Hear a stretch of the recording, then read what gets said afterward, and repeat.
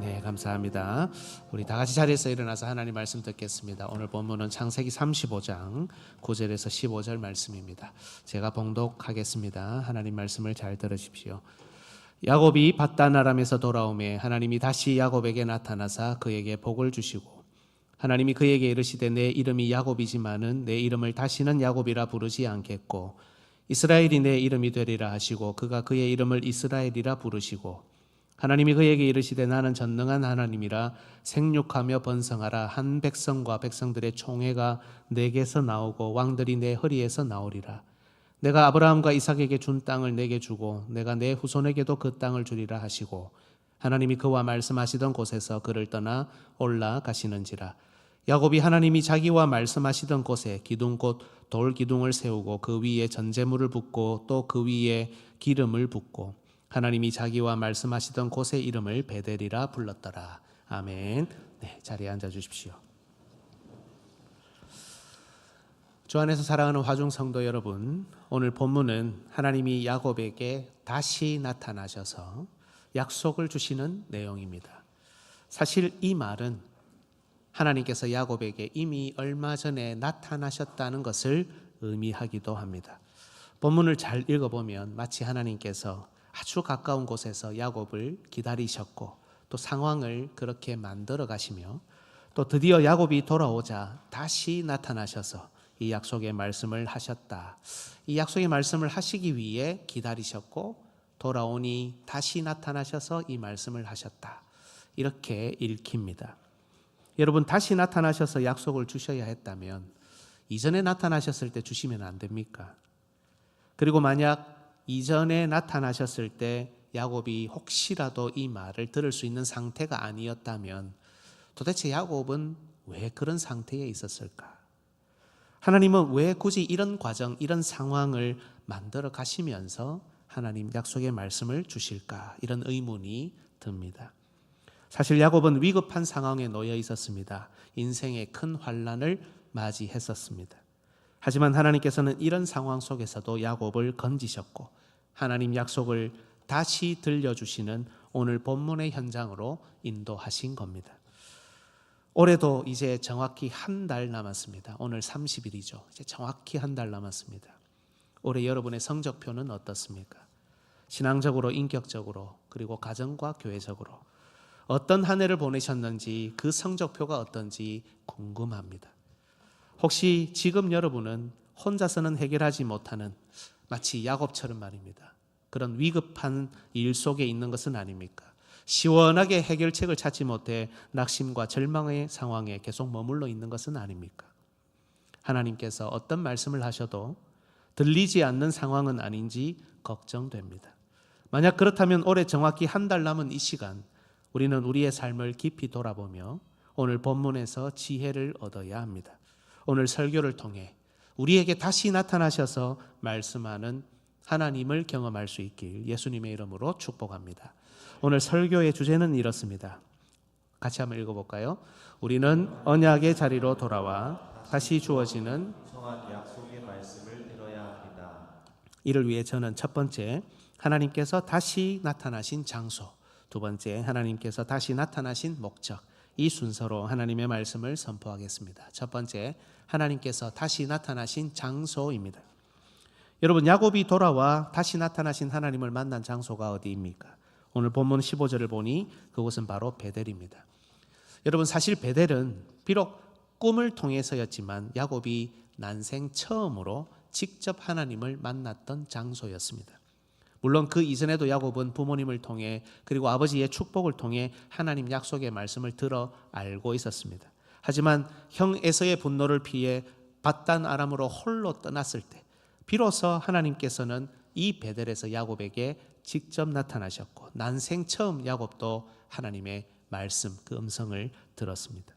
그래서 야곱은 그곳의 이름을 베델, 즉 하나님이 거하시는 하나님의 집이라 붙이며 제단을 쌓고 그도 하나님께 약속, 서원을 합니다.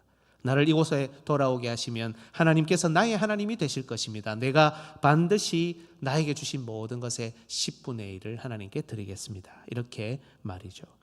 그렇다면 여러분, 20년이라는 시간이 흐른 후 야곱이 밧단 아람에서 가나안 땅으로 돌아올 때 가장 먼저 찾아야 하는 장소는 어디입니까? 베델이죠. 그런데 여러분, 야곱은 그렇게 하지 않았습니다. 그렇게 못한 것이 아니라 그렇게 하지 않았습니다. 상황이 안 돼서 못한 것이 아니라 스스로 그렇게 하지 않았습니다. 돌아오는 길에 자기에게 극렬히 분노했던 형 에서를 다시 만나는 이 무시무시한 일을 무사히 넘긴 후 야곱은 숫곳과 세겜이라는 곳에서 스스로 약 10년의 시간을 보냅니다. 창세기 33장 17절. 야곱은 숫곳에 이르러 자기를 위하여 집을 짓고 그의 가축을 위하여 우릿간을 지었으므로 그 땅 이름을 숫곳이라 부르더라. 그 다음 18절에서 19절. 야곱이 밧단 아람에서부터 평안히 가나안 땅 세겜 성읍에 이르러 그 성읍 앞에 장막을 치고 그가 장막을 친 밭을 세겜의 아버지 하몰의 아들들의 손에서 백크시타에 샀으며. 화장실 들어갈 때 마음하고 나올 때 마음이 달라서일까요? 사실은 여러분, 야곱이 밧단 아람에서 평안히 베델로 돌아와라는 말로 시작해야 하는 장면에서 오히려 야곱은 숫곳과 세겜, 그곳에서 자기를 위해 집을 짓고 밭을 사는 등 스스로 자기 의지로, 자기 결정으로 상당한 시간을 허비하고 있었습니다. 하나님의 귀한 약속의 말씀을 들었고, 그래서 철석같이 하나님, 내가 이것은 반드시 지키겠습니다라고 서원하고 약속했건만 그 모든 것을 다 이룬 후 그의 행동은 하나님의 뜻과는 완전히 달랐던 겁니다.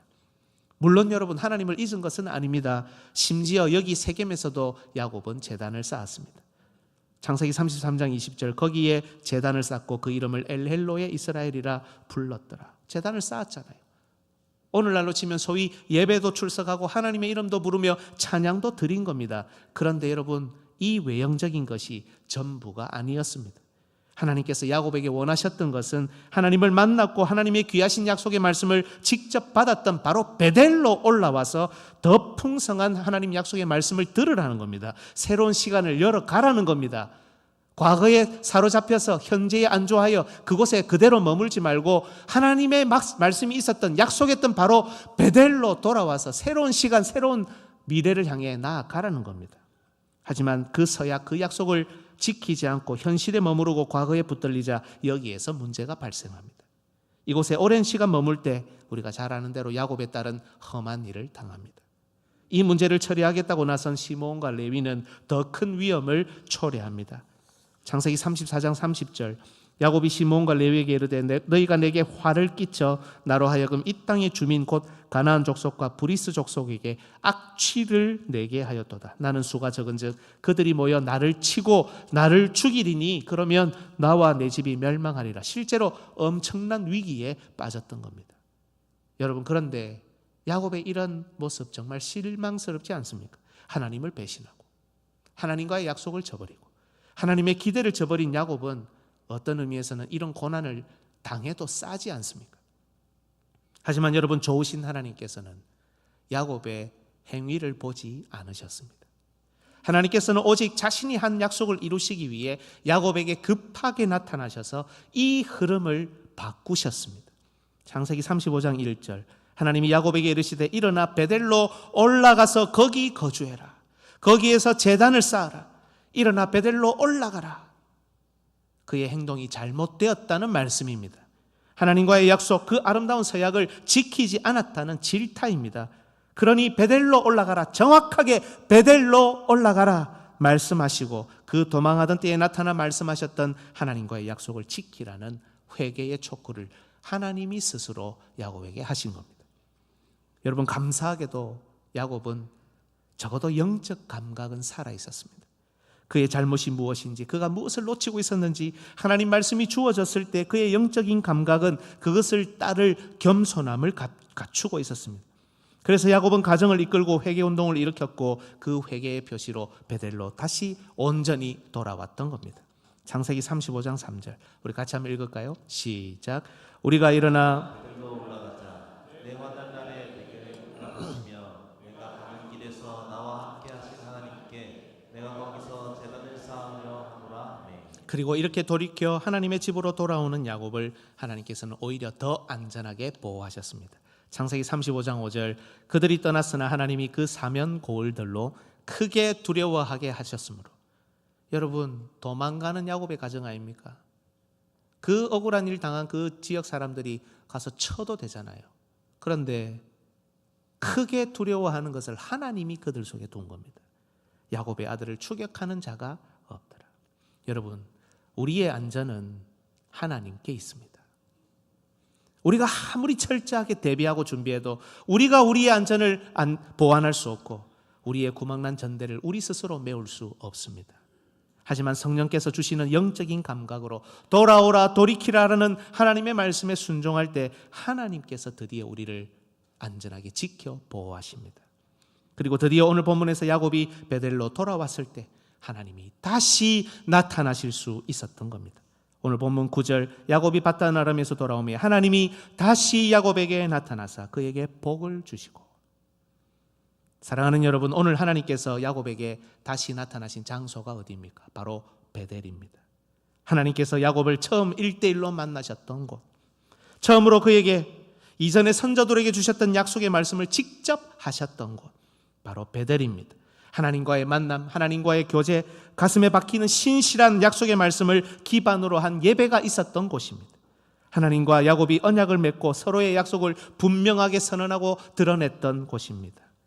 여러분, 하나님께서는 다른 곳에서 약속을 주실 수 없습니까? 네, 주실 수 없습니다. 우리는 온 천지 우리 마음대로 다녀도 하나님이 약속의 말씀을 주실 수 있다고 생각하고, 거기 가도 성경책이 있고 거기 가도 영상을 볼 수 있고 거기 가도 내가 성경을 볼 수 있으니 하나님 약속의 말씀이 나에게 있겠지라고 생각하지만 다른 곳에서는 하나님 약속의 말씀을 주실 수 없습니다.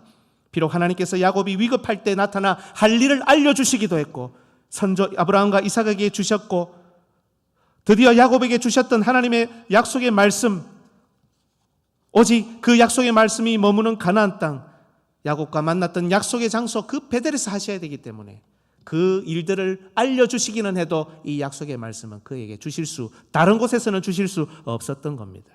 아니, 하실 수도 없습니다. 비록 하나님을 완전히 잊은 것 아니었다 할지라도 여러분, 세상 사는 즐거움에 빠져 있지 않습니까? 자신을 위한 집을 짓고 가축을 위한 우리간을 짓는 일에 몰두하고 있지 않습니까? 밭을 사서 내 인생 내가 알아서 준비하겠다는 욕망에만 매몰된 야곱인데 하나님이 말씀하신들 무슨 말이 들리겠습니까? 하나님 약속의 말씀은 오직 죄에서 돌이키며 자신의 부족함과 잘못을 겸손히 인지할 때라야 온전히 그에게 주어지는 법입니다. 하지만 은혜의 하나님께서는 친히 하신 약속을 이루시기 위해 야곱을 회개의 과정으로 이끄셨고 드디어 오늘 언약의 장소인 베델로 돌아온 야곱에게 다시 나타나실 수 있었던 겁니다. 말씀을 들을 수 있는 돌이킴이 있었을 때 그때 다시 나타났던 겁니다. 주 안에서 사랑하는 여러분, 여러분의 올해의 성적표는 어떻습니까? 혹시 기대에 미치지 못하는 그 성적표는 하나님과의 약속, 하나님과의 교제에 문제가 생겨서이지 않습니까? 물론 하나님을 완전히 잊은 것은 아닙니다. 여전히 이 자리에서 예배도 드리고 있고 하나님의 이름을 부르며 찬양하고 있습니다. 하지만 하나님께서 하시는 말씀이 귀에 들어오지 않습니다. 아니, 하나님께서 정작 중요한 것은 나에게 말씀하실 수 없는 상태에 있습니다. 혹시 이렇게 성적표가 좋지 않은 상황이면서도 여러분, 회개의 과정으로 돌아서지 못하는 여러분이 아닙니까? 하나님께서는 지금도 우리에게 베델로 돌아오라고 돌이키라고 말씀하시는데 이제는 마지막 남은 영적인 감각도 상실하여 회개의 과정으로조차 들어가지 못하며 그게 뭔지도 모르는 혹시 그런 모습은 아닙니까?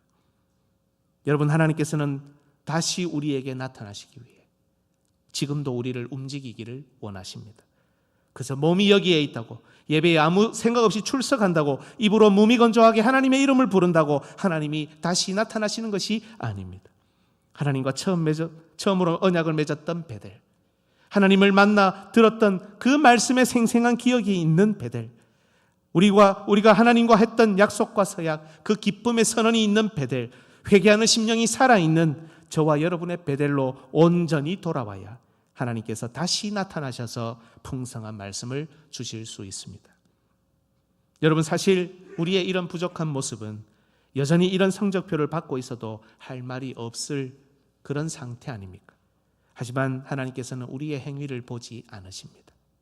지금도 우리 대신 십자가에서 하나님과 언약을 맺으신 예수 그리스도를 기억하셔서 우리를 회개의 과정으로 생생한 베들로 인도하기를 원하십니다.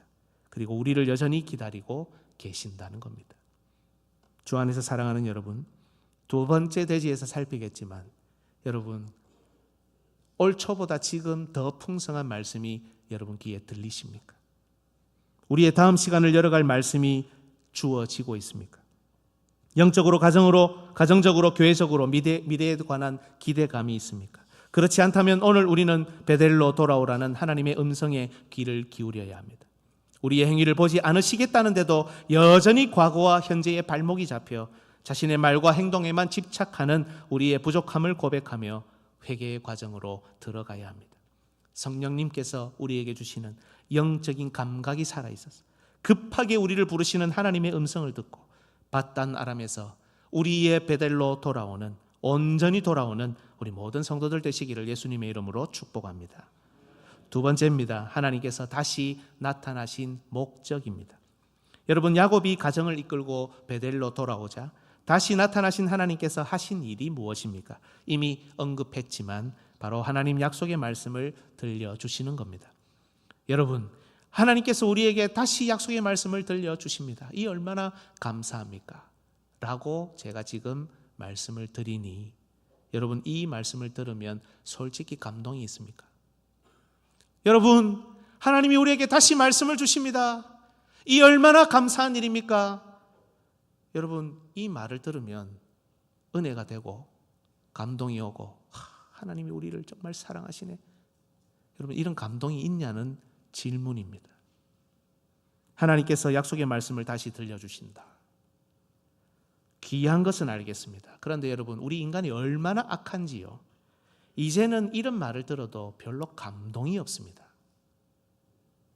뭐 많이 들었는데 언제든지 핸드폰 열면 들을 수 있는데 다 아는 내용인데 이렇게 생각하며 여전히 아무 기대감 없이 예배의 자리로 나오는 것이 바로 우리입니다. 여러분, 제가 정말 한번 진심으로 질문을 드려보겠습니다. 물론 설교자의 문제가 있다는 것도 알고 있습니다. 하지만 하나님 앞에서 여러분 한 분 한 분에게 질문을 드립니다. 여러분은 매주 말씀을 듣는다는 기대감이 있으십니까? 예배에 오실 때 오늘은 어떤 말씀이 주어질까? 주보를 보면, 온라인에 올라가 있는 주보를 보면 본문이 나오는데 이게 어떤 말씀이 어떻게 풀어줄까? 여러분, 이런 것이 궁금하고 기대하는 가운데 이 자리에 오십니까? 아니면 마치 숲곳에 살듯이, 세겜에 살듯이 하나님은 안 잊었습니다 라는 듯이 이 자리에 오십니까? 여러분, 말씀에 관한 기대감이 없다면 여러분, 지금 여러분의 영적인 성적표야말로 수미양가에 갑니다.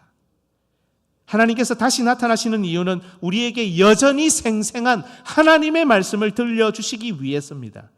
따라서 우리는 그것이 내가 이미 잘 아는 말씀이라 할지라도, 이미 많이 들었던 내용이라 할지라도 기본적으로 하나님 말씀을 생생하게 듣고자 하는 기대감으로 이 자리에 나오셔야 합니다. 그런데 여러분, 오늘 본문에 주어진 이 약속의 말씀, 생생함이 없는데 라고 생각이 들겠지만 이 약속의 말씀에는 정말 놀라운 비밀이 하나 숨겨져 있습니다. 이런 것이죠, 여러분. 아무 생각 없이, 준비 없이, 무미건조하게, 기대감 없이 오는 자들은 절대로 발견할 수 없는 그런 비밀입니다. 하지만 다시 이 약속의 말씀을 듣기 위해 겸손히 베델로 돌아오고 올라오는 자들에게 하나님께서는 겉으로 보기에는 늘 똑같아서 너무 지루하고 무미건조하고 똑같은 내용이지만 그러나 그 속에 숨겨놓으신 비밀을 열어주신다는 겁니다. 여러분, 설교자나 청중이나 사실은 본문의 내용에 집중해야 합니다. 제가 계속 여러분과 씨름하고 있는 부분입니다. 그냥 쑥 지나가면 안 되고 하나하나 집중해서 봐야 됩니다. 내가 다 아는 말씀인데 오늘 한번 보십시오. 10절, 11절, 12절 이제 살필 건데요. 하나님이 이미 주셨던 약속의 말씀 아닙니까? 다 아는 내용인데 앞에서 다 읽었는데 앞에서 한 것과 똑같네. 여러분, 이것만큼 교만한 게 없습니다. 절대 그 비밀은 열리지 않습니다. 본문을 집중해서 하나하나 살펴야 합니다. 10절을 보십시오. 여러분, 무슨 내용입니까? 야곱이라 부르지 말고 이스라엘이라 부르라. 이스라엘이라고 부르겠다는 것이죠. 여러분, 이 내용 처음에 어디에서 나왔습니까?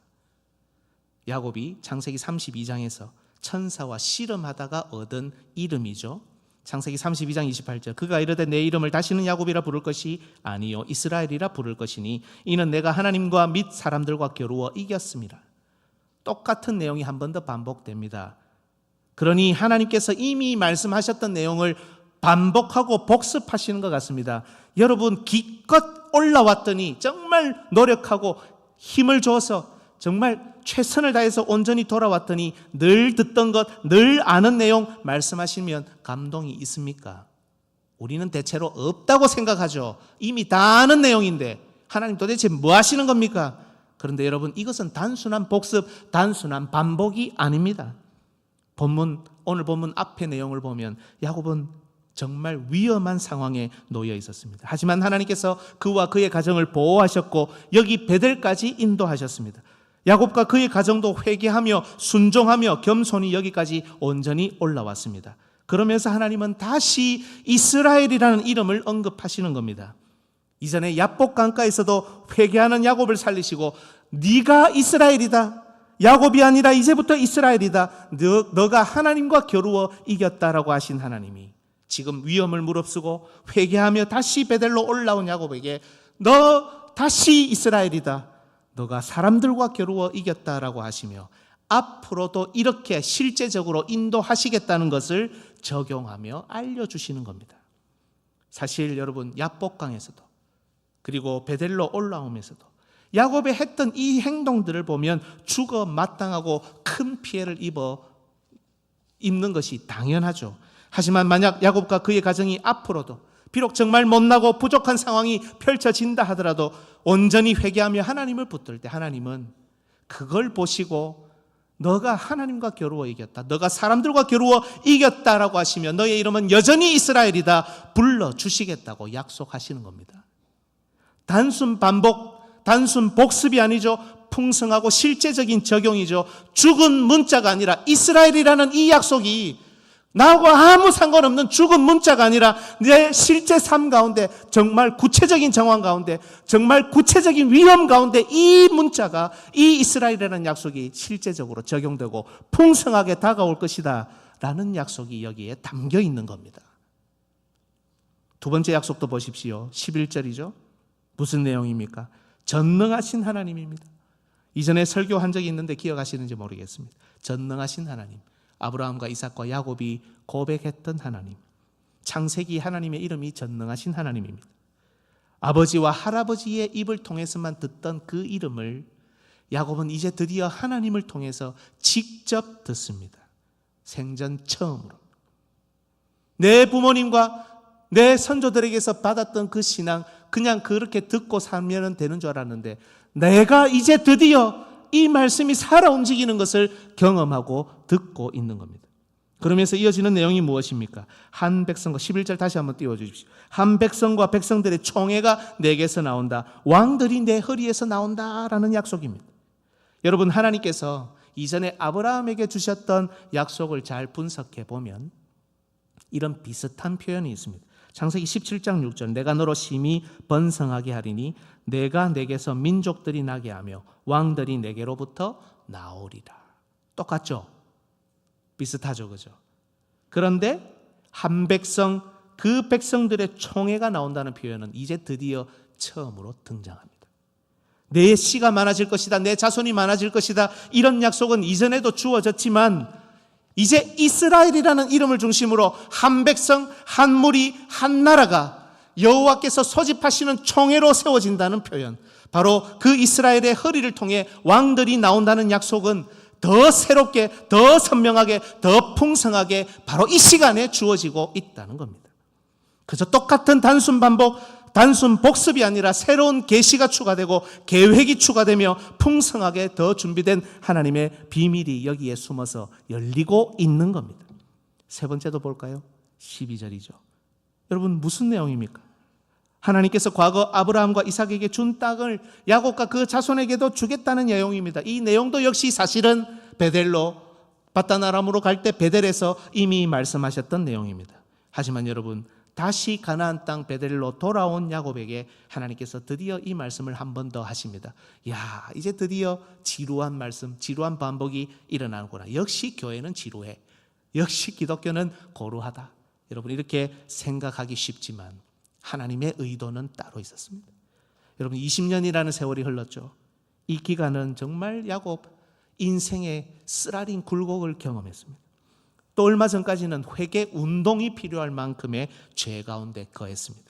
다시 돌아왔다고 하지만 야곱의 영적 상태, 신앙 상태가 온전하다, 굳건하다 하기 어렵지 않겠습니까? 의심도 들 것입니다. 이런 굴곡을 경험하면 의심이 생기고 낙심이 생기고 쓰러지고 넘어지는 것이 당연한 일입니다. 우리 인간 세상에서 말입니다. 과연 나 같은 사람을 통해서도 하나님이 일하실 것인가? 이런 의심이 들지 않겠습니까? 고민되지 않겠습니까? 바로 그때 하나님께서는 이전에 주셨던 말씀을 다시 한번 반복하십니다. 이스라엘아, 여전히 이 약속은 너에게 유효하다. 내가 너를 위해 준비한 약속이었고 지금도 여전히 똑같다. 너가 어떤 모습이든 이제 막 회개해서 다시 시작하는 사람이든 또 여러 인생의 쓰라린 고통 가운데 경험하면서 지치고 힘들어서 여기에 왔던 여전히 이 약속은 너에게 유효하다. 내가 반드시 너와 함께 이 일을 이룰 것이다. 여러분, 이렇게 다시 확신을 주시는 겁니다. 주 안에서 사랑하는 여러분, 오늘 하나님께서 야곱에게 다시 나타나셔서 말씀하시는 목적이 무엇입니까? 하나님 약속을 주시기 위한 겁니다. 그런데 여러분, 살펴보니 이미 다 아는 내용이에요. 이미 들은 내용이에요. 가만히 보니 흔해 빠졌고 너무 값지어서 보이고 흔해 빠지고 고루하고 지루한 내용 같습니다. 여러분, 그러나 이것은 겸손하지 못한 자들이나 하는 평가일 뿐입니다. 과연 이것이 흔해 빠진 것이냐? 과연 이것이 지루하고 고루한 것이냐? 하나님은 이렇게 큰 소리로 우렁차게 말씀하시며 여기에 숨겨두신 비밀을 풀어주시는 겁니다. 그 첫 번째는 단순 반복, 단순 복습이 아니라 풍성하고 실제적인 적용입니다. 예전에는 이 내용이 이만큼 적용되는지 몰랐지만 연약한 야곱을 위해 이 이스라엘이라는 것이 죽은 문자가 아니라 나와 상관없는 그저 허공에 떠도는 말이 아니라 이제 내 삶에 깊이 개입하고 여전히 살아있고 실제 삶 가운데 여러 문제 가운데 적용되는 선명한 약속이라는 겁니다. 두 번째는 새로운 계시, 새로운 계획입니다. 아버지와 할아버지만 전능하신 하나님을 고백하는 것이 아니라 나와는 상관없이 그저 나는 신앙을 전수받았네, 나는 그저 따라가면 되겠네가 아니라 야곱도 자기 입으로 전능하신 하나님을 고백하며 이 하나님을 통해 이전에는 없었던 새로운 선명한 계획이, 나를 위한 계획이, 내가 열어갈 바로 그 계획이 이제부터 주어진다는 겁니다. 그 세 번째는 다시 한번 주어지는 확신입니다. 연약한 우리는 늘 새로운 확신이 필요하죠. 흔들리고 연약해진 세월이 흘러도 하나님 약속의 말씀은 흔들림 없는 확신으로 주어진다는 겁니다. 하나님께서는 그저 반복하고 그저 잔소리하고 그저 복습하는 차원이 아니라 베델로 온전히 돌아왔을 때 바로 그 야곱에게 나타나셔서 다시 나타나셔서 더 풍성한 약속의 말씀으로 새롭게 하시고 다시 한번 그에게 주어지는 새로운 시간을 시작하게 하셨습니다. 그리하여 하나님의 나라 역시 다시 움직이게 된 겁니다. 주 안에서 사랑하는 성도 여러분, 우리는 매년 성경 일독을 합니다. 여러분, 읽을 때마다 새로운 것이 하나님의 말씀이죠. 그런데 여러분, 이건 그냥 기분 탓만이 아닙니다. 하나님께서는 아이고 하나님 다 아는데요, 뭐 뻔한 말인데요, 많이 들었는데요, 또 뻔한 잔소리 아닙니까? 라는 자세가 아니라 다시 나타나셔서 우리에게 오시는 하나님 앞에 겸손히 엎드리는 자들에게 더 풍성한 적용을, 더 풍성한 새롭고 선명한 내용들을, 흔들림 없는 확신으로 이끄는 더 풍성한 말씀을 주신다는 겁니다. 이것이 우리가 하나님의 말씀을 다시 듣고 또 들어야 하는 이유입니다. 과거에 들었던 말씀에 머물러 있으면 안 됩니다, 여러분. 오늘 듣는 이 말씀이 내 삶에 실제적으로 적용되고 더 선명하게 나타나고 나에게 다시 한번 확신을 주는 새로운 하나님의 말씀이라는 겁니다. 올해 여러분의 설교 듣기는 어떠셨습니까? 기대감이 있었습니까? 배움이 있었습니까?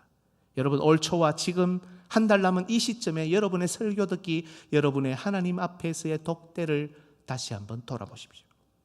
이 설교 시간에 나와 우리 가정을 향하신 하나님의 새로운 시간을 선명하게 발견하셨습니까?